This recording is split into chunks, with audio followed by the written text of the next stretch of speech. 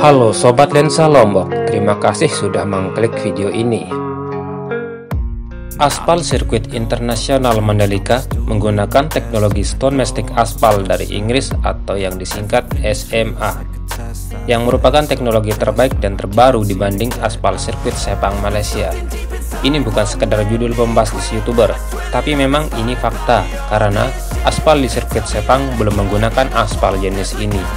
Teknologi ini dilakukan dengan metode perekatan batu, di mana aspal tidak terlalu banyak digunakan karena hanya mengandalkan batu dengan batu. Saat ini, teknologi SMA baru dipakai di 3 sirkuit di dunia, yakni diantaranya sirkuit Silverstone Inggris, Yas Marina Abu Dhabi, dan Phillip Island Australia. SMA memiliki daya penetrasi yang tinggi hingga 82%. Dengan daya penetrasi yang tinggi ini, pembalap tidak mudah terjatuh saat terjadi wet race atau jalan licin akibat air hujan.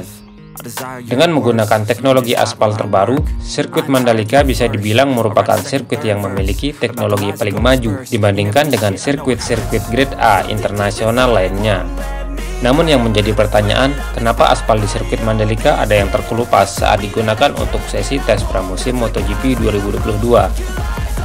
Gelaran tes pramusim MotoGP 2022 di Pertamina Mandalika International Street Circuit Lombok, Nusa Tenggara Barat telah diselenggarakan selama 3 hari, yaitu pada tanggal 11 hingga 13 Februari 2020 lalu. Sejumlah pembalap melontarkan kritikan terhadap sirkuit baru kebanggaan masyarakat Indonesia itu. Salah satu keluhan utama para pembalap adalah mengenai munculnya kerikil di bagian-bagian tertentu, yang mana hal itu sangat berbahaya untuk rider dan motornya. Kerikil yang tersapu kecepatan motor MotoGP bisa mengenai motor dan pembalap yang berada di belakangnya. Menjawab keluhan itu, PT Pembangunan Perumahan atau PP selaku kontraktor yang membuat lintasan utama sirkuit Mandalika memberikan pernyataannya, seperti dijelaskan Direktur Utama PT PP Novel Arsyad. Pembangunan trek utama sirkuit Mandalika sudah dilakukan sesuai standar yang ditetapkan dan dikerjakan dengan tingkat kehati-hatian yang tinggi. Tapi memang diakui ada beberapa titik yang aspalnya terkelupas. Kemungkinan trek sepanjang 4,32 km itu ada tempat-tempat tertentu yang sentuhannya terlewat. Kemungkinan yang dimaksud adalah kesalahan pada pencampuran aspal SMA dan batu pada pengaspalan terakhir, sehingga di bagian tertentu seperti tikungan 1 dan 17 aspalnya terkelupas, sehingga membuat batunya terlepas dari aspal.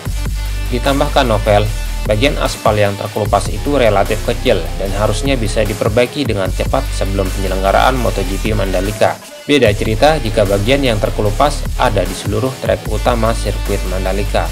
Kalau masalah ini terjadi secara mayoritas, mungkin itu kesalahan dari sisi konstruksi, tapi faktanya ini terjadi hanya di beberapa bagian saja. Namun PT PP ingin melakukan perbaikan yang tidak tanggung-tanggung agar masalah ini tidak terjadi di area lainnya. PT PP melakukan perbaikan dengan berkoordinasi dengan konsultan yang berpengalaman untuk safety yang lebih bagus, sehingga masalah aspal ini tidak terulang lagi. Merespon keluhan para rider MotoGP, otoritas penyelenggara meliputi FIM, Dorna, dan ITDC akhirnya sepakat melakukan pengaspalan sirkuit Mandalika di beberapa bagian. Saat ini PT PP selaku kontraktor sirkuit Mandalika sudah melakukan pengelupasan lintasan permukaan aspal pada Senin lalu, jelang penyelenggaraan MotoGP Mandalika pada 18 hingga 20 Maret mendatang. Metode itu dijalankan sebagai bagian dari perbaikan sirkuit Mandalika yang sempat mengalami kerusakan di beberapa sektor. Pengaspalan ulang akan dilakukan sepanjang 1,3 km, tepatnya sebelum tikungan 17 hingga tikungan 5. Pihak MGPA, ITDC, dan PT PP menargetkan perbaikan sirkuit Mandalika tuntas sepekan jelang MotoGP Mandalika.